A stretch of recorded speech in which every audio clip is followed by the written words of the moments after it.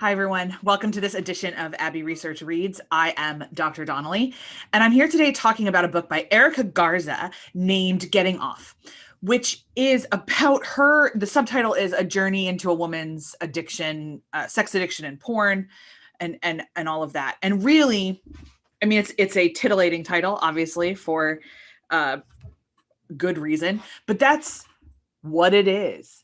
Erica is incredibly vulnerable in this book. She talks about how she first discovered bodies and masturbation and orgasms even before she got her period, how that complicated things for her, how she was essentially spending all of her time, free time possible, either masturbating or enjoying porn or both at the same time. She talks about the shame that was involved in that process. She talks about crunching herself into a closet so that no one would ever find her, convinced that everybody would know what was happening.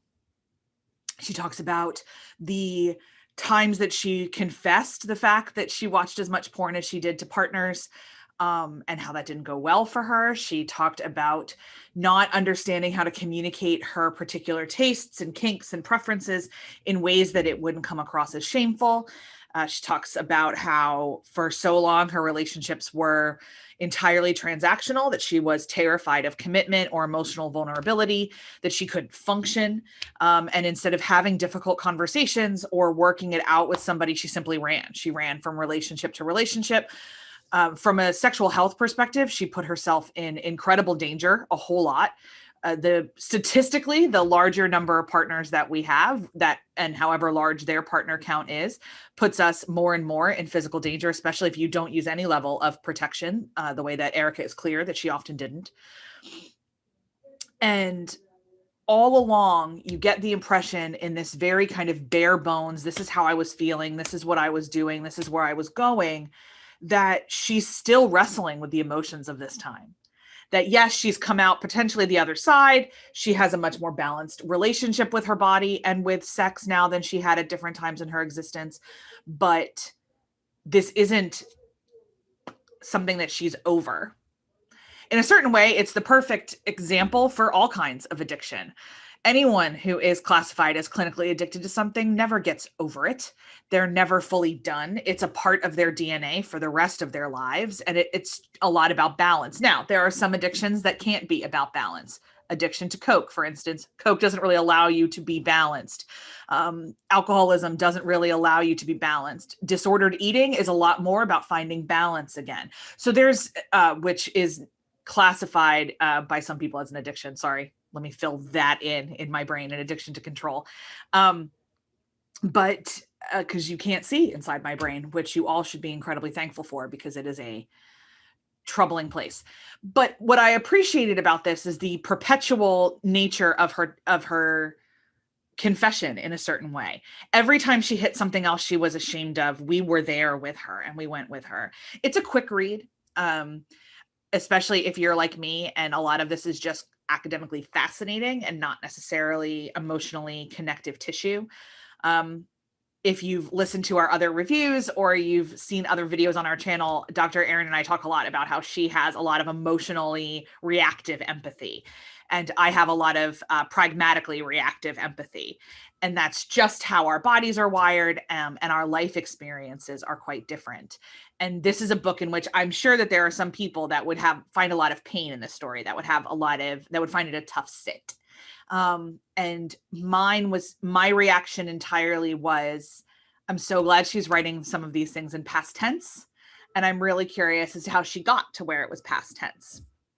Sex addiction is real. We often make fun of it. I remember when David Duchovny came out a couple years ago as a sex addict, everybody made fun of it. Like, how can you be addicted to sex? How can you possibly have too much sex? And it was very mockable. The thing with sex addiction is that's incredibly real.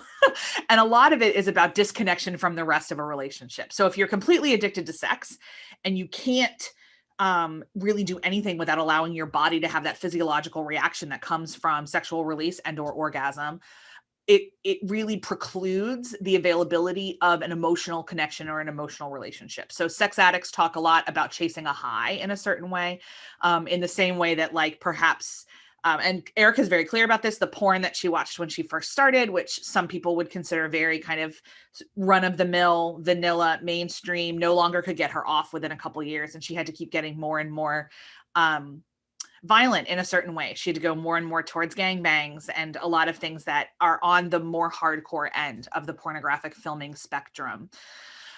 Additionally, just as a point of interest to me, she's a millennial, just like I am. And so her access to the internet, evolves through this time as well. And she talks about that, about the availability of porn and what, like downloading AOL was like, and chat rooms and sexting personas and acting like a different person and things.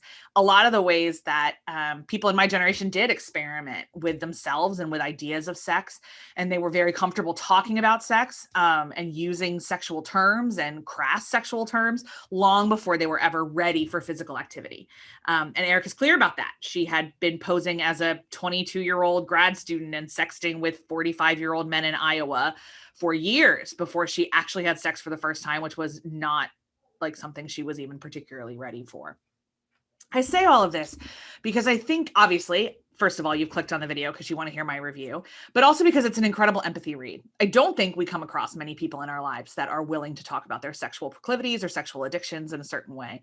There's an incredible amount of shame that surrounds this. There's an incredible amount of social shame that we've piled on that sex is not something that we talk about. I am personally of the belief that if we could become more comfortable talking about sex, a lot of people would have healthier sex lives and healthier relationships with their bodies.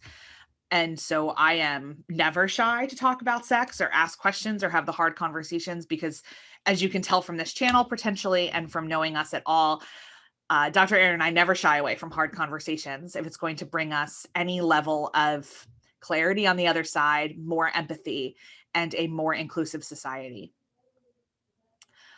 It's a quick read. Like I said, it could be hard. I'm not a great judge of it. I was fascinated by it and just incredibly impressed with Miss Garza's vulnerability and transparency as she went through her journey.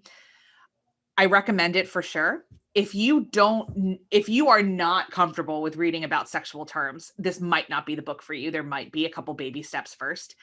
I really compare this a lot with the book Cam Girl that I don't believe I reviewed, but was about a girl who ran her own private cam channel for a long time and kind of the process of losing and finding herself as part of that. I am always interested in how women assert and use power, both of their bodies and their minds.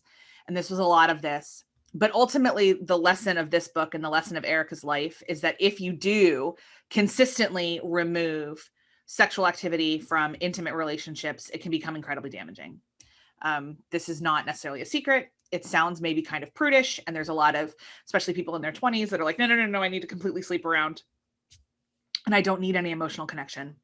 And maybe for a while you don't, but at some point, every human kind of does.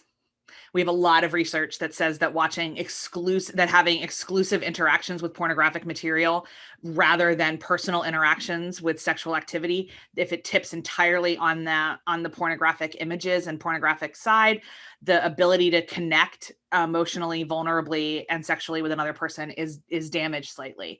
And it takes some more work to get to the point where someone might want to be. This is a messy topic. Erica's story is one that is messy. She slips, she relapses, she struggles. And yes, the end of the book is on a optimistic note. But the book was in 2017, 2018, I believe, 18. And I'd be desperately curious how she's doing now, because I have a feeling that a lot of her life is in flux, that she is continually learning the lessons that she learned at her various therapeutic institutions, and that she is continually putting those things into practice. So like I said, great empathy read, especially if sex is not something you're particularly comfortable talking about. It is graphic for sure. So if this is a topic that you want to have more empathy about, but don't really know a whole lot about, I'm not sure I'd start with this or Cam Girl. And I'm not entirely sure where I'd start, because to be completely honest, I taught sex ed for a year. I'm really comfortable saying the word vagina.